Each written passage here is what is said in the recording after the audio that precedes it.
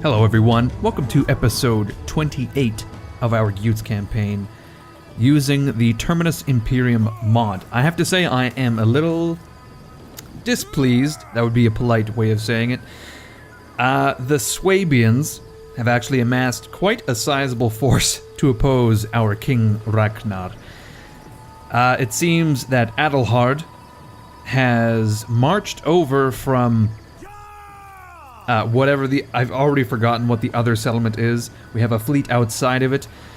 And also, Thwaidemir has marched north, because I guess at some point he was south of Duracotorum.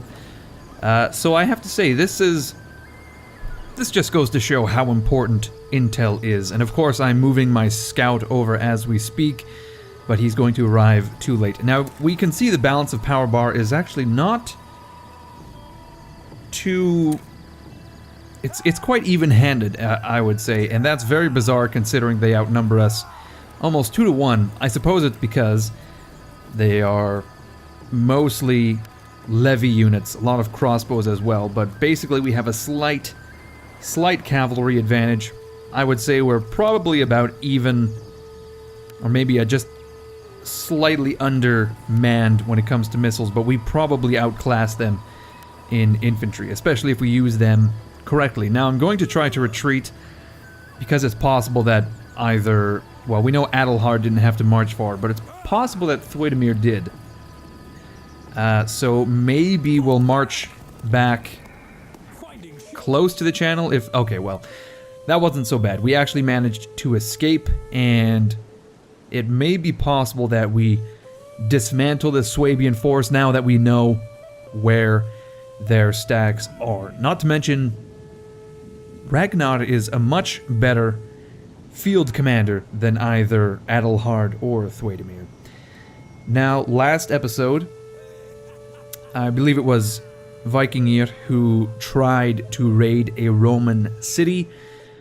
We did burn a few towers, if I remember correctly, but we did not destroy the garrison fleet, nor did we cause much damage to the city itself. So if we have time, that's a big if, we may attempt to attack them again. Perhaps we can... Oh, what's this?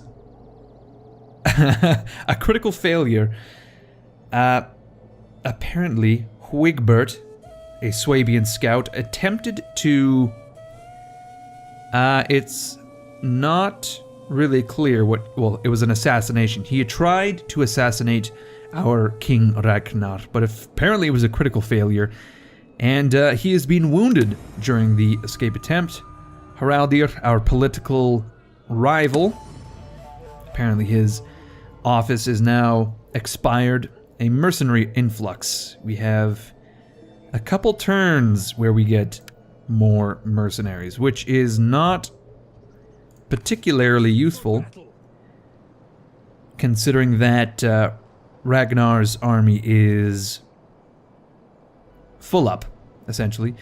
Haraldir is currently recruiting because he's going to reinforce, and in fact, we could possibly just pull him across the channel at this very moment to defend against these two Swabian armies. We also have a new army under Attila, who is actually quite the commander, or at the very least, he's a high level. He is the king, in fact. The king of the Swabians has arrived just outside of Rodomagus. I suppose he's trying to help fend off our fleet, currently being led by Humbli. And if I remember correctly, we positioned Humbli here to essentially freeze all of these men in place. Let's just take a quick look down to Bertigala. We are still blockading the port, and it appears to me they have actually been able to repair all of their walls, etc. And I'm sure that their garrison is no worse for the wear. So it seems the C rating is not as effective as I would like. Unless you're able to cause massive amounts of damage, unless you're able to destroy garrison units, it's hardly worth it. And considering the fact that there is currently the 10th legion, a Duatrix, within Bertigala, I think we may have to choose a different target. Previously, I think we mentioned, or discussed, rather, the option of Vikingir sailing into the Mediterranean and perhaps sacking all of the cities on the coast, the soft underbelly of the Imperial Romans. Now, I think that's what we'll do. We're going to break off the attack on Bertigala because it's just not going to go anywhere with this army here. So let us retreat. We probably could have overwhelmed the garrison if it weren't for the dastardly 10th Legion, led by, of course, Gaius Figulus. Big fan of figgish fruits, of figs. Alright, let's see what else is going on. Of course, our army has withdrawn. Gizur has been exposed in Hispania. Not a big deal, he's just keeping an eye on the 6th and the 7th legions. Marcia. Is it Marcia? With a sh? Or is it Martia? Like a Spanish woman. Hello, my name is Martia. That kind of thing. Gizur is just going to... he's going to keep an eye on these armies. And what sort of actions could we do? We could apparently increase corruption. We could manipulate some agents. None of this is particularly useful. Hispania is not exactly a primary target at the moment. I just want to make sure that my they're not allies in any sense, but my Hispanian brothers, let's go with that. I just want to make sure they're not getting completely destroyed, and if they are, I want to be aware of it. Now they would sign a defensive alliance. I'm just going to ignore the diplomacy for the time being. Let us focus on our agents.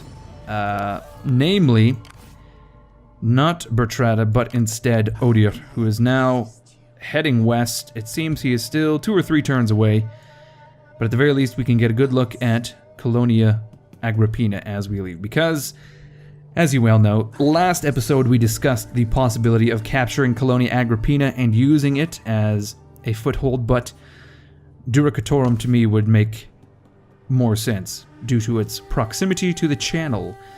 I like to imagine Ragnarr and his army heading down into like an Iron Age channel, a Dark Age channel, horse carts and the like, but purely modern and sophisticated technology. You know, they still have, I don't know, LED lights.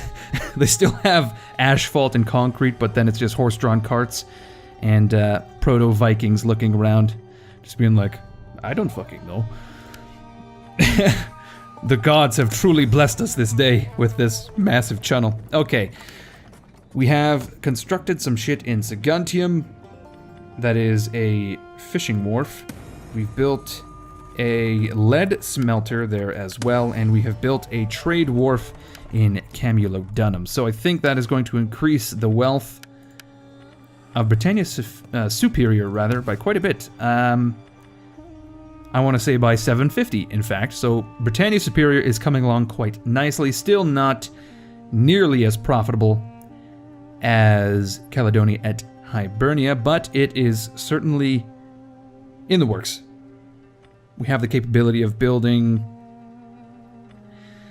several things. I must confess, I am a little bit lost as to direction when it comes to the buildings and province management, just because it has been so long since I have loaded this save. Much like, likewise with the diplomacy, I should say. So that is something that I will have to resolve off camera. Although I can say that we have researched tolls and customs, which has unlocked slave traders, which I believe I wanted to build in some of my provinces that had quite a lot of industry. I want to say Britannia Inferior, that is where I was going, yes. Because we have currently a lead smelter, well, that is our only industrial building.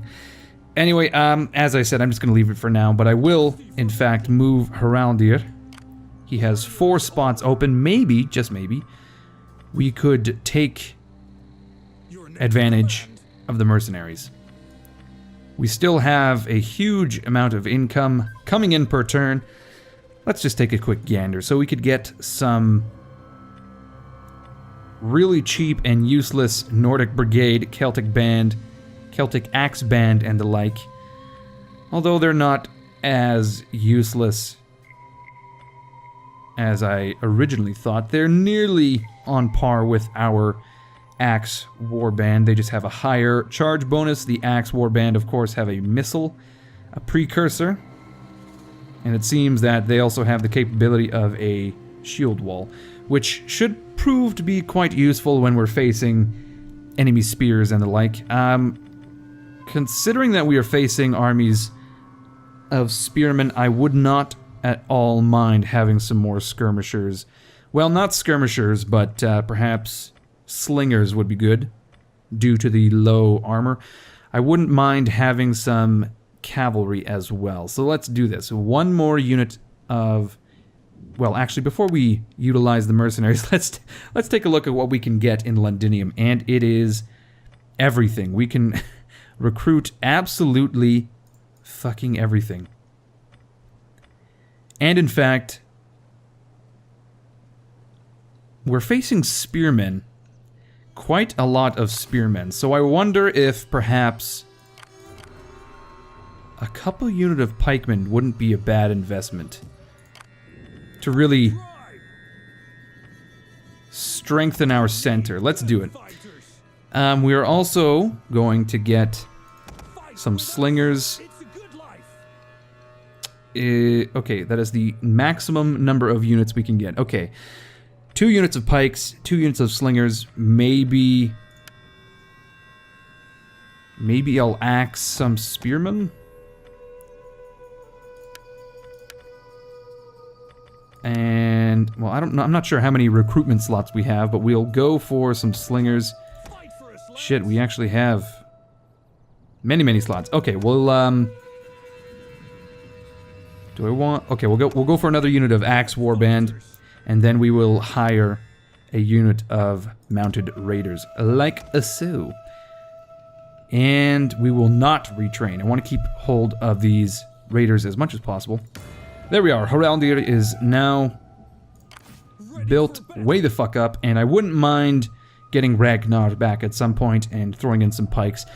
I think I wrote them off earlier in the campaign, but seeing the army comps of the Swabians, I'm thinking pikes might not be at all bad against such a force. Okay, Hundli has gained a rank. Let's see.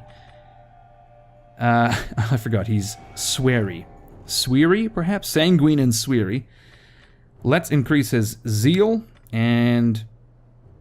Actually, no. Let us give him a point in Wolf, and we're going to rush for Fleet Commander.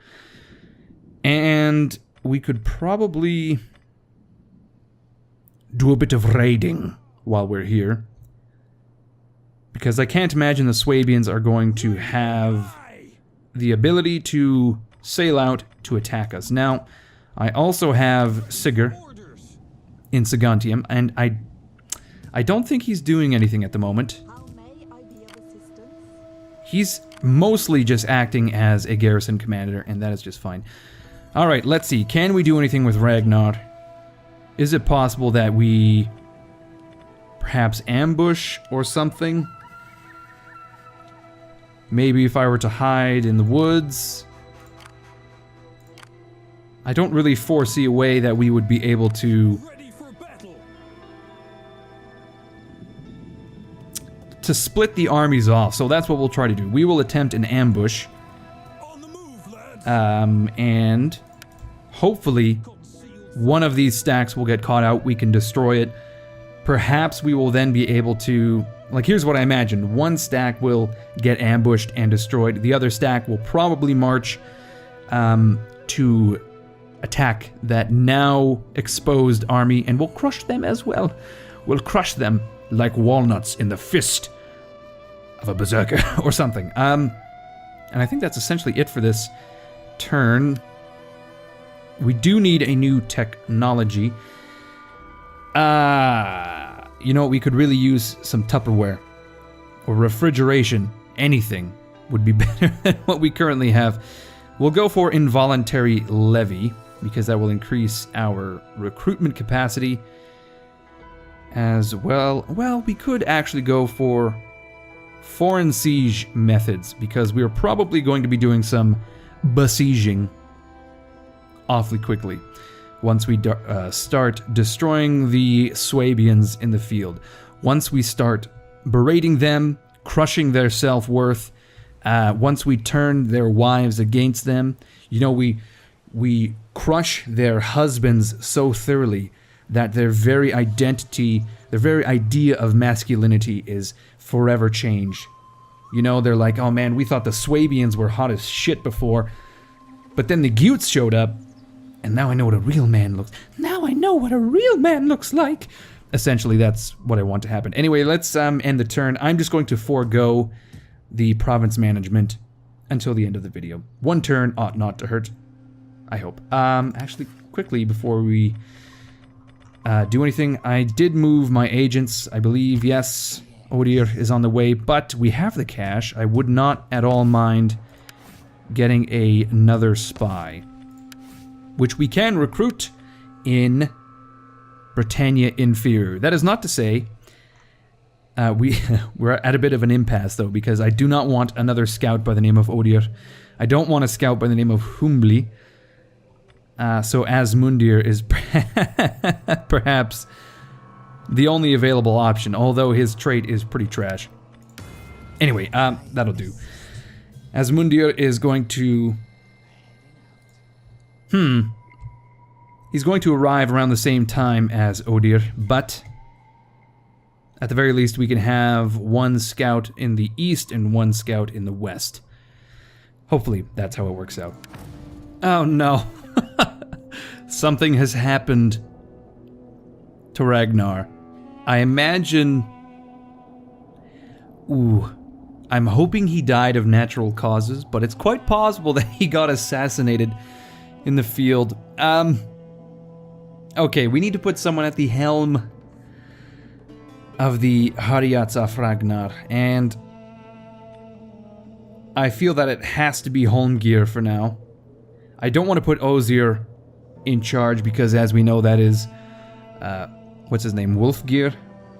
That is his stupid son who is untrustworthy and a bit of an asshole to boot.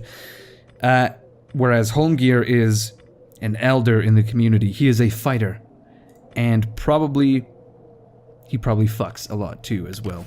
Yes, natural causes. Ragnarr, at the age of 59, has passed away just outside of Duricatorum in the province of Belgica.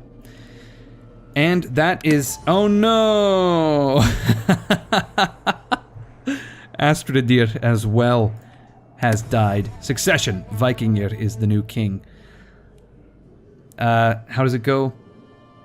The king is dead. Long live the king, King Vikingir of the Gutes. Oh yes, long live the High King as well. Now, he's not just a king, he is a king that is stoned out of his mind. Ivar is the new heir. Okay, illegitimate...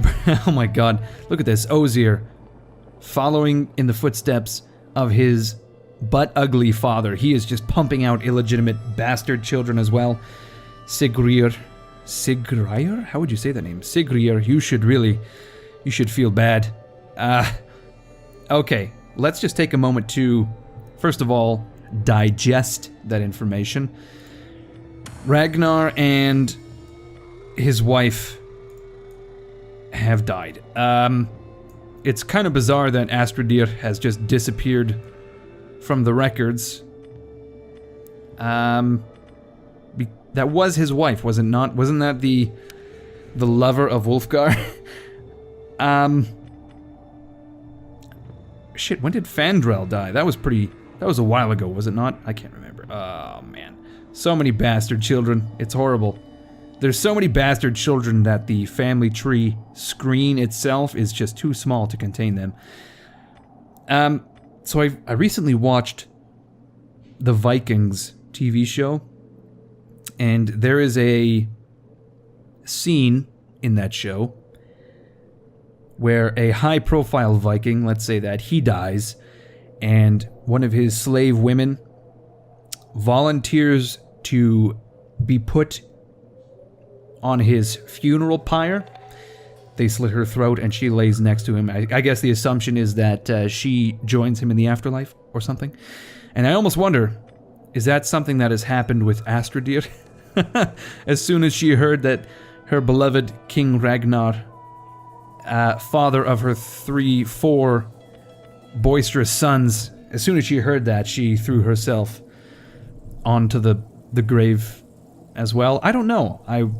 Maybe it's just like something completely unrelated, like she choked on a fucking, I don't know, an olive or something. Just a weird, bizarre set of circumstances. Who knows? But anyway, Vikingr is the new king. Ivar is the new heir because, of course, Vikingr does not have a proper son. The only proper son in the entire family is Sindri, son of Ivar. Sindri Ivarson would be his name. And then, of course, Hedegonier is a new family member. Okay, so the problem here is Ragnarr was an excellent, excellent commander in the field.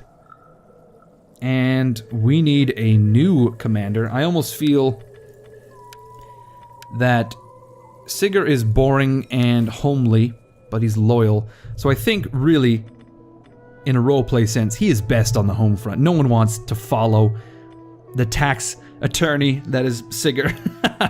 Gotrek is the governor of Caledonia et Hibernia, Britannia Inferior. Frodi is the governor of Superior. Ivar is the governor of Hibernia. So perhaps it would be fitting that Haraldir take up the mantle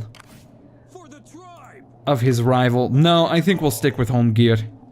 He can be.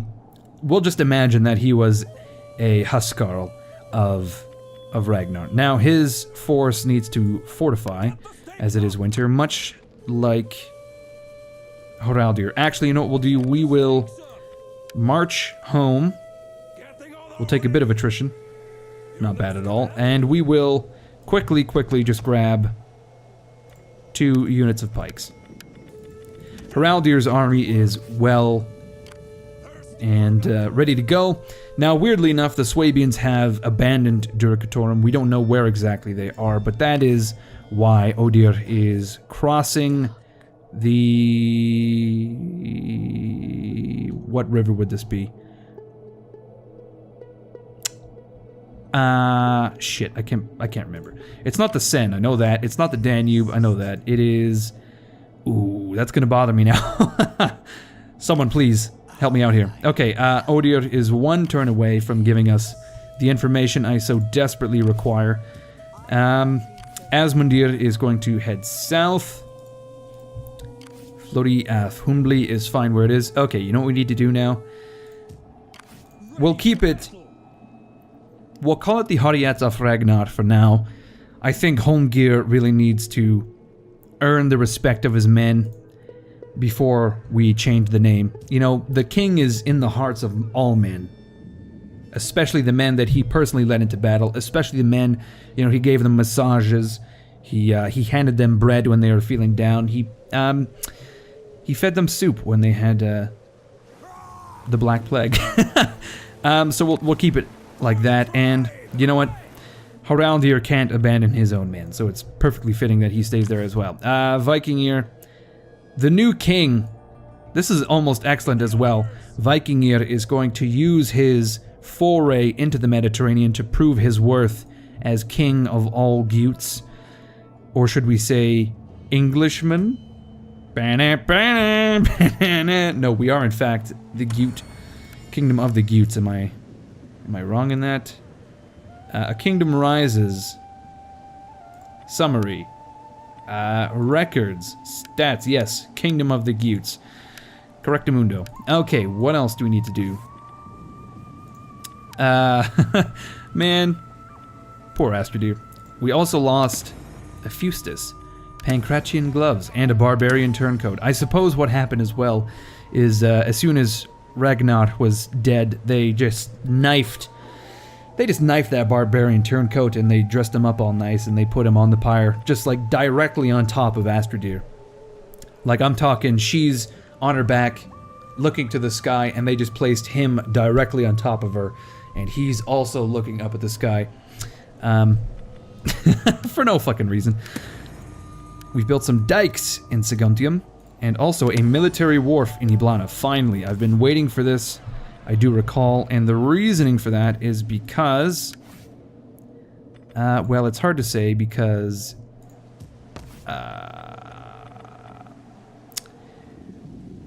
there it is. Jesus Christ, I'm blind. Okay, I wanted to build the Greek fire Dromenarians. I also wanted to build the Drekar dragon ship.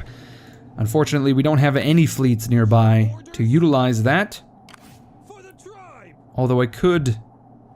I'm going to retask Humbly. He is going to bust his ass to make it into the Mare Hibernicum. Then he can get some of those ships and return. Because I think with these guys in transports, and yeah, we'll come back and maybe we can destroy all those guys is what I'm saying. Okay, we have a bunch of new units, and we've discovered Marcus Vitellius Glabrio in Hispania, but that's just fine. We seem to have lost... There's the 6th Legion has marched into Emeritia Augusta. I can't recall if that was a Hispanian settlement a turn ago or not. Hedegunir has gained a rank. She's just keeping public order and religious influence up in the home territories. So we ought to make her a Taffel player, I suppose, to increase her cunning, and we will...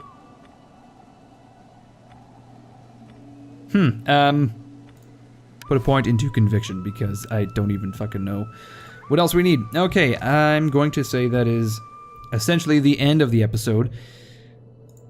We have managed to retreat unscathed, save our king, I suppose. We've retreated across the channel to ensure our armies are in working condition, ready to go. When we come back in the spring, we will be able to, I think, probably loot and or destroy Juricatorum in one turn. We will probably have to wait a turn or two for these units.